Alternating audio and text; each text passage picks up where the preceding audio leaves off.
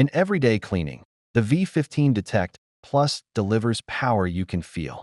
Suction is strong enough to lift embedded dirt from carpets and fine dust from crevices. On hard floors, the laser head paired with the slim roller gives an almost polished finish. I've used cheaper cordless vacuums before, but none match the way the V15 transitions seamlessly between surfaces.